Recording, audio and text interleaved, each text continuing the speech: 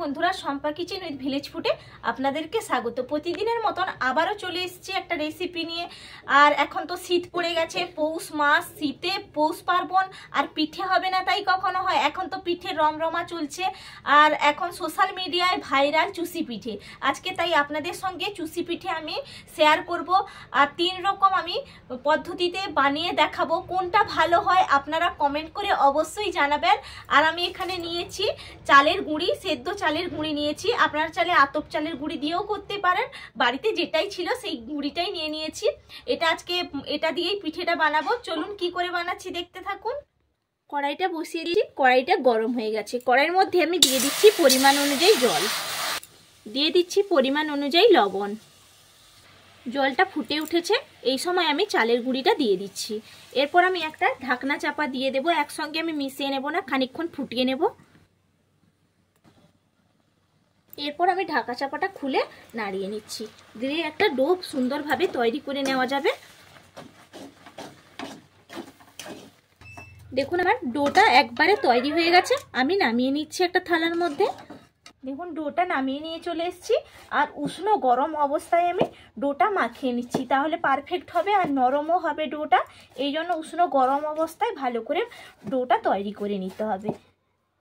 দেখুন আমার ডোটা একেবারে রেডি, আর দেখতেই পাচ্ছেন যে আমি ডোটা কিভাবে তৈরি করে নিয়েছি। দেখুন ডোটা তৈরি হয়ে গেছে। এখান থেকে দুটো আঙুল দিয়ে আমি তুলে নিচ্ছি। এইভাবে আমি দুটো আঙুল দিয়ে একটু তুলে নিলাম। আর একটা আমি চাকতি নিয়েছি, আমি এরকম ঘষে, দেখুন এই পদ্ধতিটা আমরা সবাই করে থাকি। এই যে একটা রেডি করে নিলাম, এই একইভাবে আমি সবগুলো করে নিচ্ছি। আপনাদেরকে আরও দুটো পদ্ধতি আমি দেখাবো।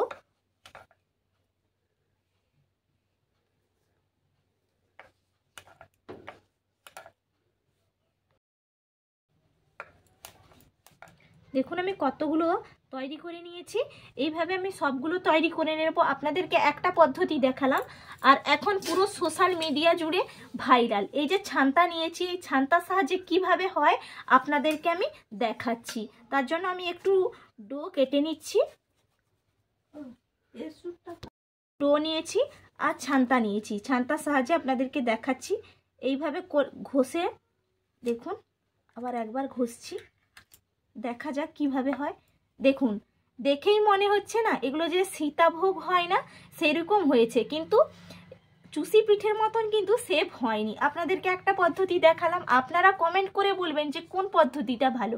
দেখতেই পাচ্ছেন আপনারা, পুরো মনে হচ্ছে না পুরো সীতাভোগ হয়েছে। আর একটা আপনাদেরকে পদ্ধতি করে দেখাচ্ছি আমি।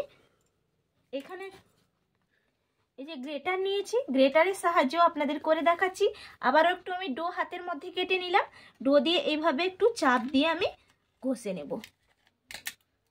দেখুন এইভাবে ঘষতে কিন্তু এই জায়গাটায় কিন্তু লাগছে, এই জায়গাটা, এই অংশটা কিন্তু লাগছে প্রচুর। এটা এরকম ঘষে দেখুন তো, দেখুন এটাও পুরো দেখতে কিন্তু হয়েছে সীতাভোগ যেরকম বানানো হয় প্রায় সেরকমই হয়েছে।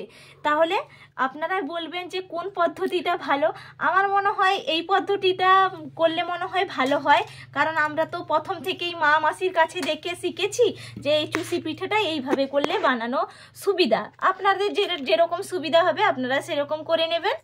আবারও আমি একটু করে কেটে নিয়ে আমি বানিয়ে নিচ্ছি।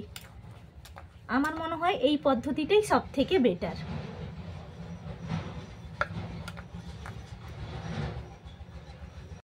দেখুন আমার কতগুলো চুষি তৈরি হয়ে গেল, আর দেখতে দেখুন কতটা সুন্দর লাগছে।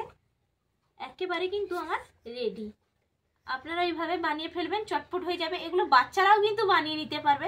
আমার ছেলে এতক্ষণ ছিল, কয়েকটা বানিয়ে দিয়েও গেছে। আর এবার চলে যাই কি করে করছি দেখতে থাকুন। গরম হয়ে গেছে, কড়াইয়ের মধ্যে আমি দিয়ে দিচ্ছি দুধ। এখানে 1 লিটার গরুর দুধ আছে। দেখুন দুধটা ফুটে উঠেছে। আমি এখানে এলাচ দানা নিয়েছি, এলাচ দানাটা আমি ফাটিয়ে নিয়েছি, মুখগুলো দুধের মধ্যে দিয়ে দিচ্ছি, তাহলে একটা অসাধারণ ফ্লেভার আসে আর খেতেও দারুণ লাগে। আর একটু ভালো করে ঘন করে নেব। দেখুন দুধটা ফুটছে টকবক করে। এই সময় আমি চুষিগুলো যে তৈরি করে নিয়েছিলাম, দেখুন একটুও কিন্তু একটার গায়ে একটা লেগেও যায়নি, আর কতটা সুন্দরভাবে তৈরি হয়েছে দেখুন। এরপর আমি দিয়ে দিচ্ছি দুধের মধ্যে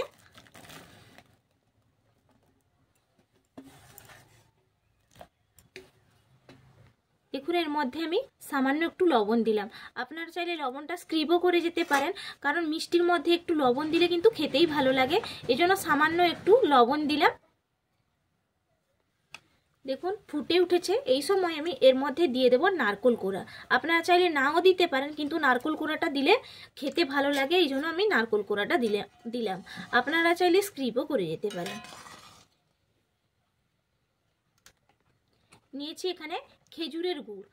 খেজুরের গুড়টা দিলে এই শীতের সময় তো ভালোই লাগে, খেজুরের গুড় কোনো কথা হবে না, আর একটু গুড় দিয়ে খেলে এটা দারুণ লাগে। আলতো হাতে আমি নাড়িয়ে দিচ্ছি হালকা করে। দেখুন কি সুন্দর একটা কালারও চলে এসেছে। দেখুন একদম আমার চুরসি পিঠে রেডি হয়ে গেছে, আর কালারটাও কিন্তু দারুণ এসেছে দেখুন, আর দেখতেও অনেকটা লোভনীয় হয়েছে। চুরসি পিঠে একেবারে রেডি, নামিয়ে নিচ্ছি, খাওয়ার জায়গায় চলে যাচ্ছি। রেডি করে নিয়ে চলে এসেছি। সঙ্গে আজকে আছে আমার ঠাকুমা, প্রায় 90 বছর বয়স হয়ে গেছে, তবুও এখনো পর্যন্ত সুস্থ আছে। আর আজকে তাই ভাবলাম যে ঠাকুমাকে একটু টেস্ট করানো যাক কেমন হয়েছে। আগে তো খেতে ভালোবাসতো, ঠাকুমার কাছ থেকেই শেখা, তাই ঠাকুমাকে আজকে করে আমি খাওয়াবো। ঠাকুমা তো আগে খাইয়েছে। দেখো ঠাকুমা, তোমার প্রিয় পিঠে বানিয়েছি আমি, দেখো খেয়ে বলো দেখি কেমন হয়েছে।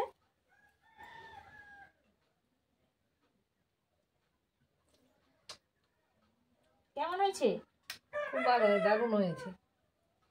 ঠাকুমা তো একেবারে খুশি হয়ে গেছে, দেখেই বুঝতেই পারছেন, আর অনেকটা সুন্দরও হয়েছে। আর খেজুর গুড়ের তো কথাই হবে না, শীতের সিজনে এরকম পিঠে থাকলে আর কি চাই। ভালো লাগছে তো? হ্যাঁ, খুব ভালো হয়েছে। আপনারা সবাই ভালো থাকবেন, সুস্থ থাকবেন। আর আমার ছেলেও আছে, এখনো আসেনি, পড়তে গেছে বলে ছেলের জন্য তো আগে তুলে রেখে দিতেই হবে। ভালো থাকবেন, সুস্থ থাকবেন, টাটা।